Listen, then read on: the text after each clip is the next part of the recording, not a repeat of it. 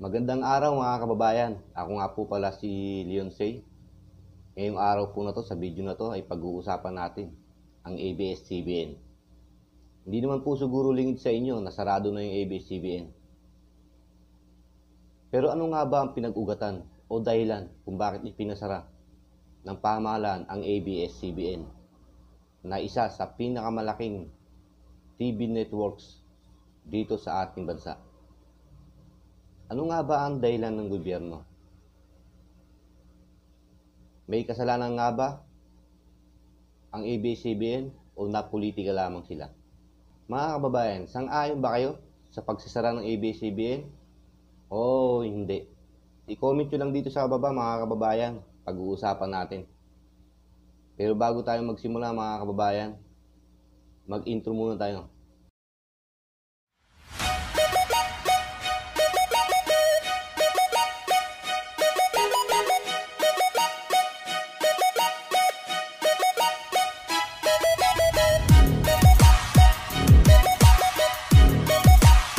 Gaya nga ng sinabi ko mga kababayan, pag-uusapan natin ang ABS-CBN. Napolitika nga ba ang ABS-CBN? O sadyang may kasalanan ang pinakamalaking TV networks dito sa atin? Ang alam kasi ng mga nakararami dito sa atin, kaya sila ipinasara ng pamahalaan ay dahil nagalit sa kanila si Pangulong Duterte. Dahil kung natatandaan nyo, noong kumandidato ang Presidente Duterte sa pagkapangulo, ay nagbayad ng milyong-milyong piso ang partido ni Pangulong Duterte sa ABS-CBN upang ipalabas ang kanyang political ads. Subalit ano ang ginawa ng ABS-CBN mga kababayan? Nakabayad na yung tao pero hindi nila ipinalabas yung political ads ni President Duterte. Sa halip ay ipinalabas nila ang political ads ni Antonio Trillanes na gumamit pa ng mga bata upang sirain lamang ang kandidatura ni Duterte. Doon pa lang mga kababayan ay makikita na natin na talagang sadyang bias itong ABS-CBN. Hindi ho ba? Ang kanilang logo ay in the service of the Filipino. Pero hindi ho totoo yun. Ang kanilang logo ay in the service of the oligarchs or in the service of the mayayamang Pilipino.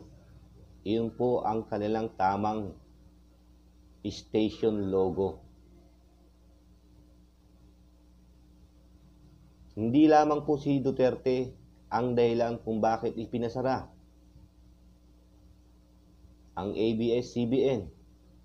Unang-una, nag-expired na po ang kanilang prangkisa. Lilinawin ko po, expired na po ang prangkisa ng ABS-CBN.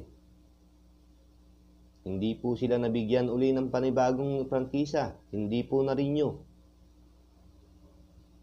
At doon sa mga nagsasabi ng mga politiko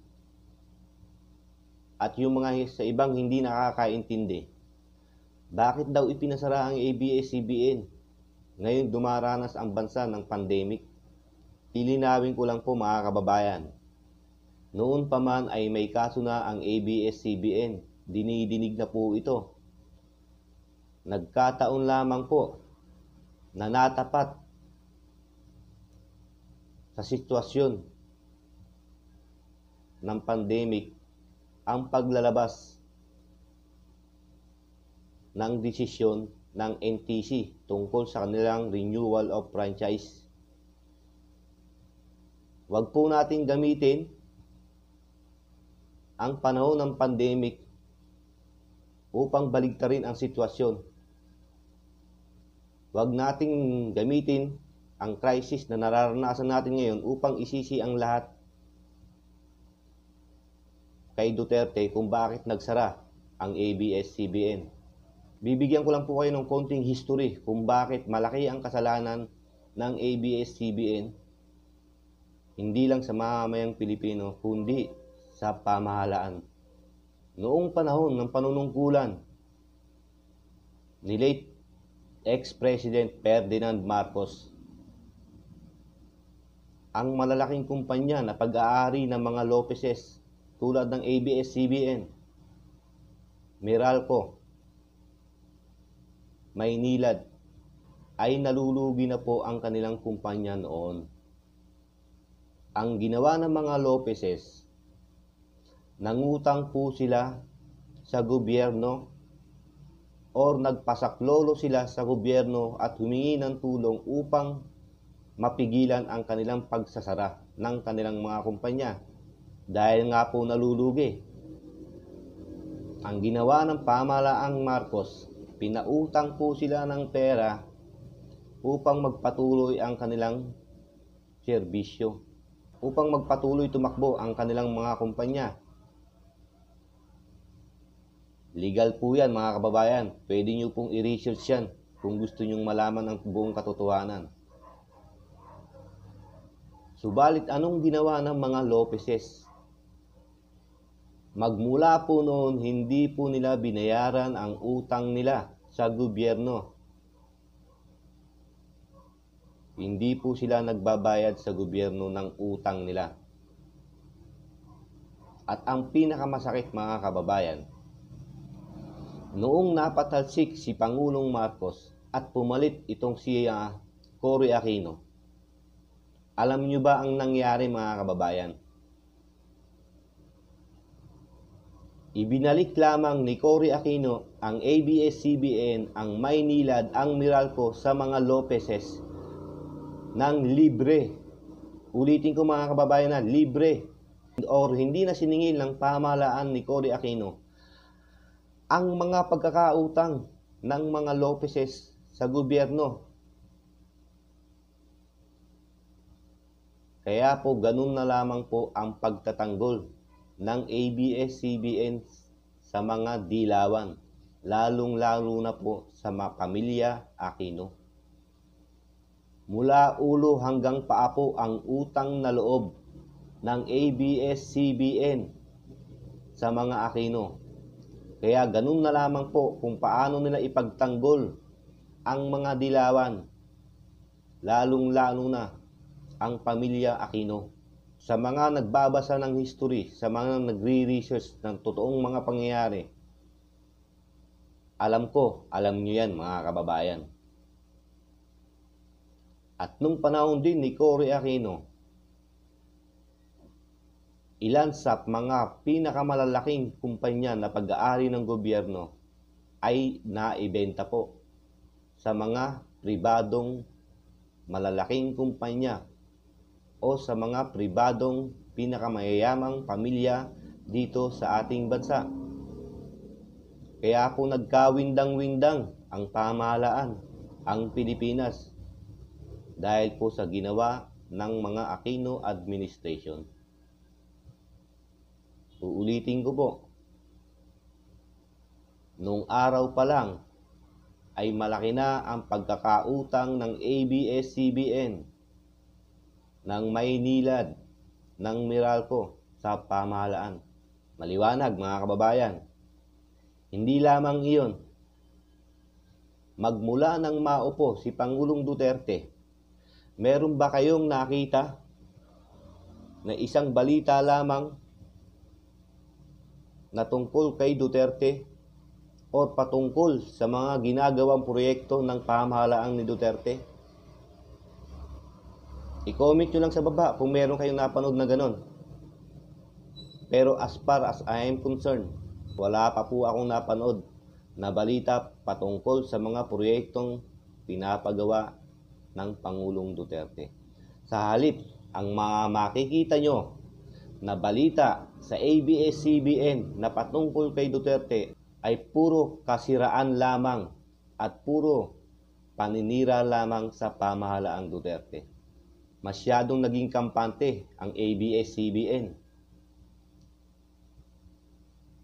Alam nila, isa sila sa pinakamayayamang pamilya dito sa Pilipinas.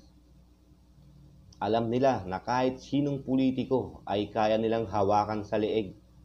Subalit dumating ang isang Duterte na magpapatigil sa kanilang mga kawalangyaan. Nasanay ang ABS-CBN na porket isakap sa pinakamayayamang pamilya sa Pilipinas ay hindi kakayang tinagi ng batas. Sa panahon ni Pangulong Duterte, dito natin makikita mga kababayan na ang batas ay umiiral hindi lamang sa mga mayayaman kundi pangkalahatan. Mayaman ka man o mahirap, kapag nagkasala ka sa batas, kailangan ka pong managot. Ngayon, lalong tumataas ang respeto ng mga mamamayang Pilipino kay Presidente Duterte dahil sa ganda at patas na pamamalakad sa pamahalaan. Ako po ay nalulungkot din sa pagsasara ng ABS-CBN sapagkat nakikisimpatya po ako doon sa mga pangkaraniwang empleyado na nadamay, nasangkot at nawalan ng trabaho sa pagsasara ng kanilang kumpanya. Subalit, meron naman po sigurong contingency plan o meron namang naiisip na pamamaraan ang gobyerno upang ang mga pangkaraniwang empleyado na ito na nawalan ng trabaho na kahit paano ay mahanapan naman sana nila ng trabaho. Dahil kawawa rin naman po yung mga pangkaraniwang empleyado lamang ng ABS-CBN. May mga pamilya din po yun. Subalit sa legal na usapin mga kababayan, wag na po nating paiiralin ang awa sa ABS-CBN. Ang batas ay batas. Kapag nagkasala ka sa batas, mayaman ka man o mahirap, dapat pantay ang pagpapatupad. Sabi nga ng NTC mga kababayan, pwede naman silang magsampa ng apela sa korte. Pwede silang humingi ng temporary restraining order sa korte. At kung papanigan sila ng korte at makako sila ng TRO, pwede uli nilang ipagpatuloy at buksan muli ang ABS-CBN habang dinidinig ang kanilang kaso. Yun lamang po yun. Meron pa silang mga paraan. Siguro naman meron pa silang mga naiisip na legal remedies upang labanan ang desisyon ng National Telecommunication. Mga kababayan, wag po nating isisi kay Duterte ang pagsasara ng ABS-CBN sapagkat hindi ito mangyayari kung talagang walang nilalabag na batas ang kumpanya.